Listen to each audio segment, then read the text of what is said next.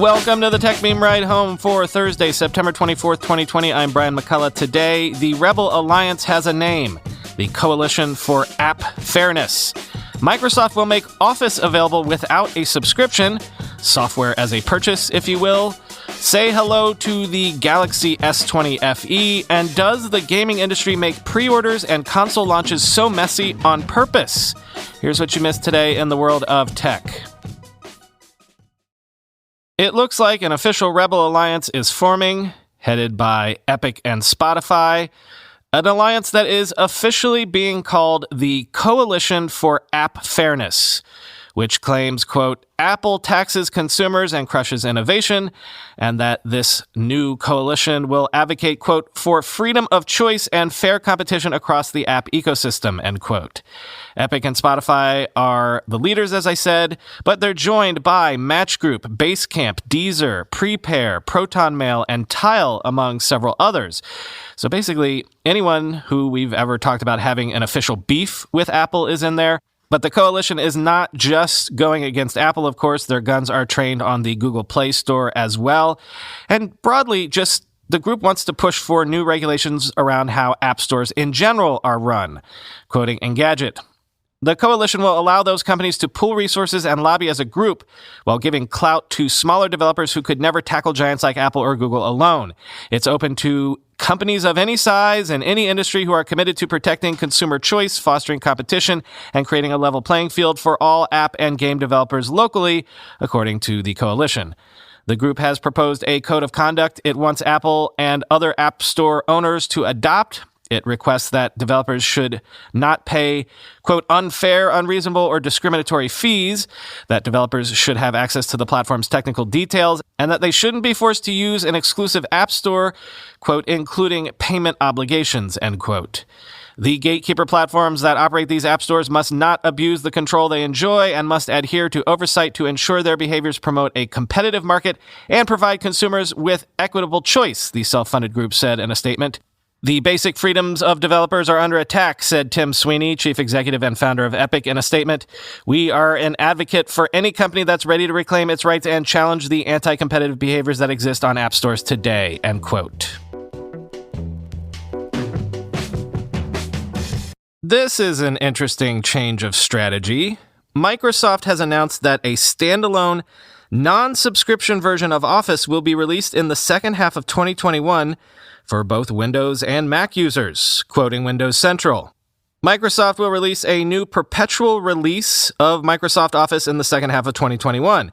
The new perpetual release only appears in a single sentence of a post by the Exchange team at Microsoft, but it confirms that new versions of Office are on the way to Windows and Mac. While many have moved over to Microsoft 365, some prefer a perpetual license for Office that allows them to purchase a product once and have it forever.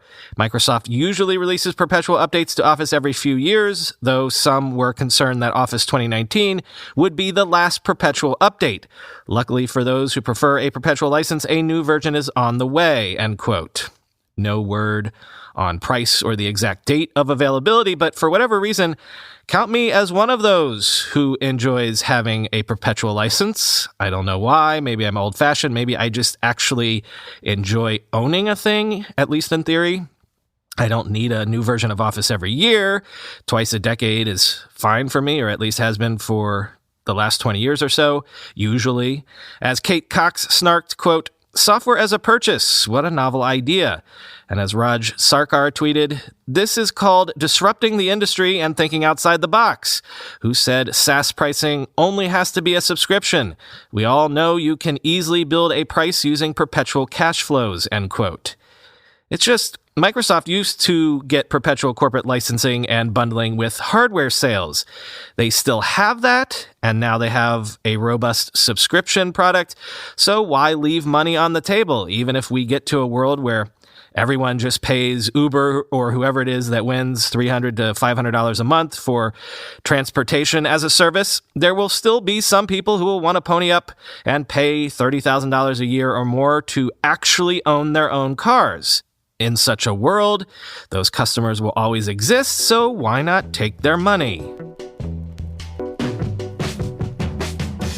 We know you can already get the Galaxy S20 phones from Samsung in 3 different flavors. There's the just S20, the regular, if you will, but there's also the S20 Plus and S20 Ultra, and now there's a 4th flavor called the Galaxy S20 FE.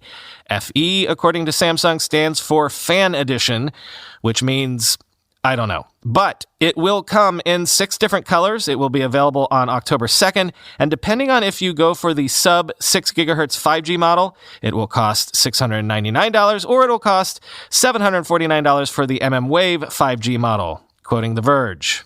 The S20 FE has a 6.5-inch display that slots it right in between the smaller Galaxy S20 and the larger S20 Plus. Like those phones, the FE has a 120 Hz refresh rate for smoother animations and graphics, but unlike those phones, its screen is completely flat and can't be cranked up to a Quad HD Plus resolution.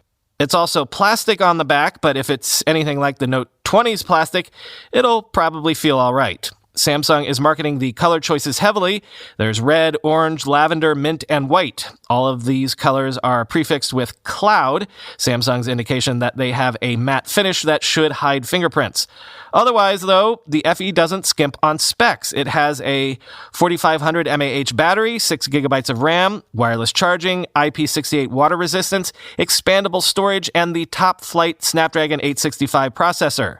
The FE also loses out on having Samsung's higher megapixel rear camera options, but so far those extra megapixels haven't been the huge win Samsung was hoping for at the beginning of the year. Its main rear sensor is 12 megapixels with OIS, plus there's a 12 megapixel ultra-wide and an 8 megapixel telephoto. Samsung says the telephoto is a 3x optical zoom, and it further says it is keeping the 30x space zoom feature, albeit driven more by software than hardware. Those sensors do mean the FE won't be able to swing 8K video, but that's not a huge loss. Samsung is also continuing its tradition of throwing odd duck cameras into its lineup, as the selfie camera on the FE is 32 megapixels, similar to what appears on the Galaxy A71, end quote. Samsung told Dieter Bohn at The Verge that they hadn't been planning on doing an FE model at all, but then the pandemic hit and they decided that they wanted a lower price point, something in the premium mid-range category. So from not even planning to offer one to designing one and getting it out the door all since March, pretty impressive iteration on Samsung's part, wouldn't you say? Google has rolled out an update to Google Maps that includes a layer that will show you COVID-19 cases per 100,000 people over localities that you're searching, with labels to indicate recent trends. Google says this is coming to 220 countries and territories globally, quoting TechCrunch. Where possible, the data is granular down to the city level, but that obviously depends on the numbers Google is able to pull in. Google says the data comes from a number of sources, including Johns Hopkins, the New York Times, and Wikipedia, which get their information from local and intergovernmental government organizations. That's the same sources Google pulls from when it displays COVID data on its search results page, end quote. So you're supposed to be able to see this if you open up Google Maps and tap on that Layers button on the top right of the screen. The Layers button looks like 2 pieces of paper stacked on top of each other. I tried this myself this morning, and I didn't have it yet, just the usual traffic, transit, biking, and 3D layers, but Google says it is rolling out on Android and iOS this week, so maybe check again.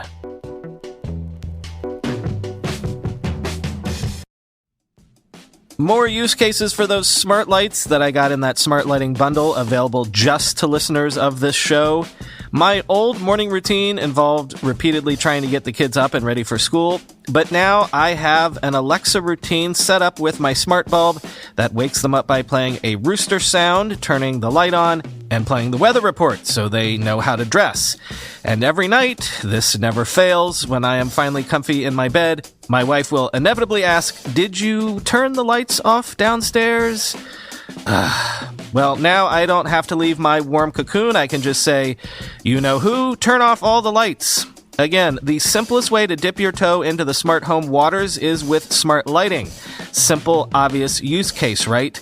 And it's a good time to do so because right now you can get 20% off your Amazon Smart Lighting bundle only at amazon.com/techmeme.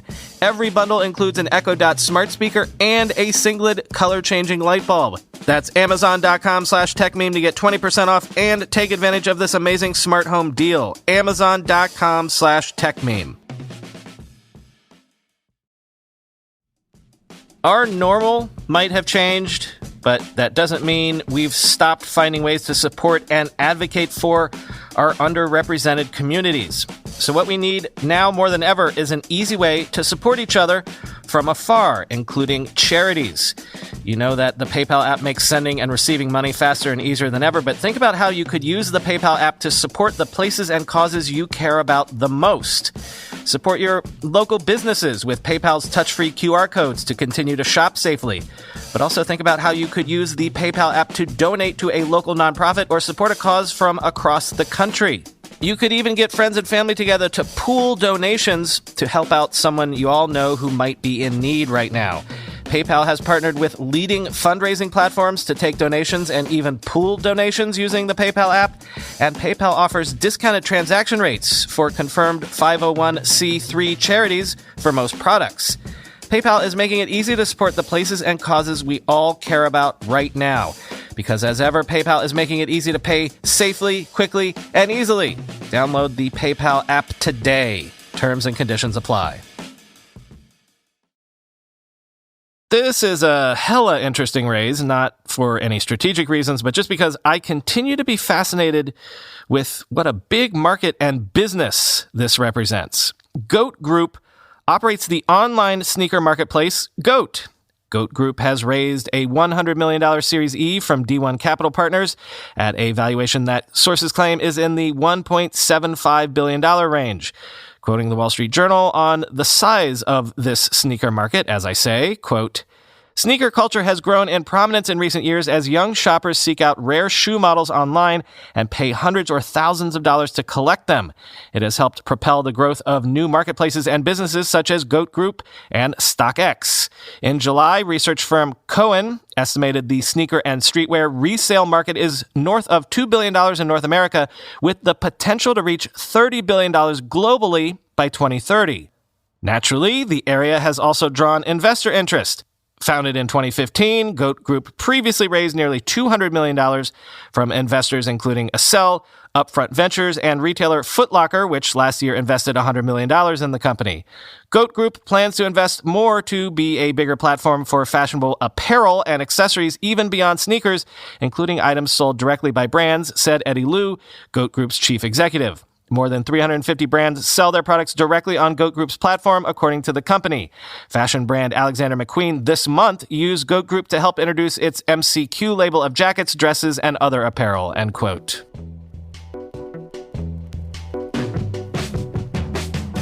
Timely reminder that the TikTok saga is maybe not over. In fact, there's another weekend deadline staring us in the face. ByteDance has asked a U.S. court for a preliminary injunction to prevent the U.S. government from banning TikTok from app stores as Trump's ban looms. It takes effect, or at least is scheduled to take effect again, at 11:59 p.m. on September 27th. ByteDance has submitted an application to the Chinese government to approve the current deal involving Oracle and Walmart taking a stake in the company, but we don't know how long that approval might take, or even if it will come at all, and thus the need for the injunction. And even then, there's still that whole disagreement wherein ByteDance claims it will retain 80% ownership of TikTok Global, the new company that would result from the deal, while Oracle says the company will mostly be owned by U.S. entities and that ByteDance will have no ownership, which, one of those two positions can't be true.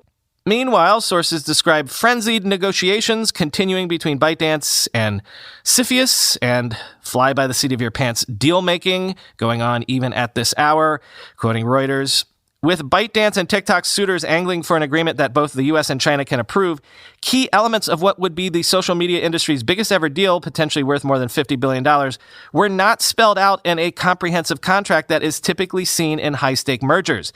Instead, the companies were asked to agree in principle and at breakneck speed to a CFIUS 20-page revision awash in red font with markups to a proposal that ByteDance had submitted only 4 days before.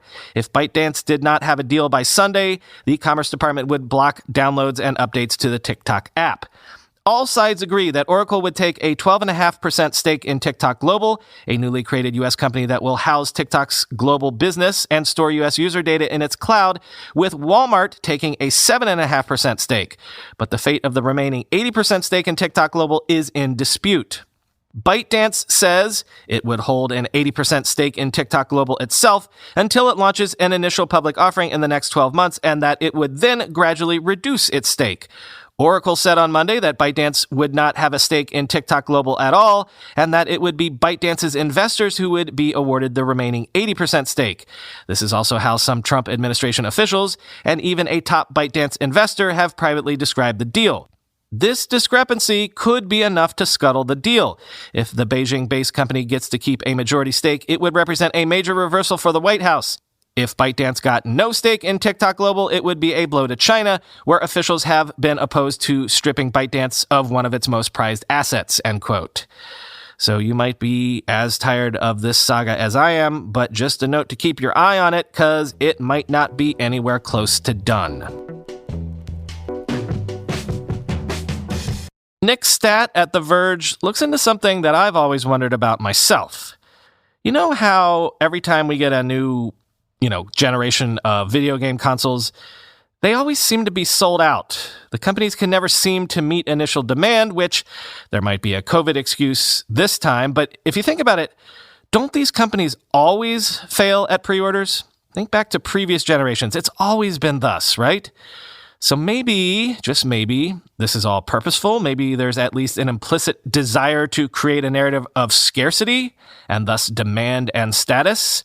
Stat seems to agree with me. Quote, why in the year 2020 are companies as large, experienced, and well-funded as Microsoft, Sony, and Nvidia still failing at pre-orders? It's an especially puzzling question when companies like Apple, Samsung, and even Facebook-owned Oculus seem to have figured out how to properly manage expectations and sell a new in-demand service without turning it into a stress-inducing scramble. We still have no idea how many units any of these companies intend to sell, or how many they allocated to each retailer, or to what extent they plan to restock at any point this year. Right now, if you don't have a confirmation email in your inbox for a new PlayStation or Xbox, or a receipt for an NVIDIA RTX 3080 card, you may not get your hands on one until 2021. Everything is sold out, with little to no information on when the situation may change. With record demand, companies like Microsoft and Sony could very easily implement a lottery system or any other manner of fairer pre-order processes. Or they could allow retailers to disclose how many consoles they have, among other ways of helping manage consumer expectations. For instance, the Oculus Quest 2, which went on sale last week and starts shipping on October 13th, is simply backordered by about a month in the US and Canada. Instead of telling people a product is sold out and hoping they'll check back at the right time without any idea when that might be, Oculus is transparent about when it expects the product to arrive and is still taking orders. Apple does the same every year when it launches new iPhones, smartwatches, tablets, and other devices. The primary issue at play may be one of misaligned incentives. The video game industry is fiercely competitive, and a primary motivator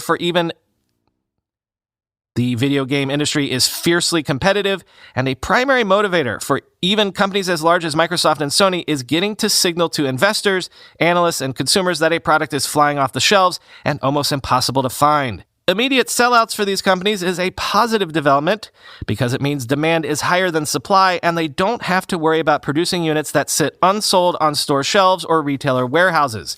In an ideal world, this would be a solved problem, just as Apple has streamlined the process of selling as many iPhones as it can every year.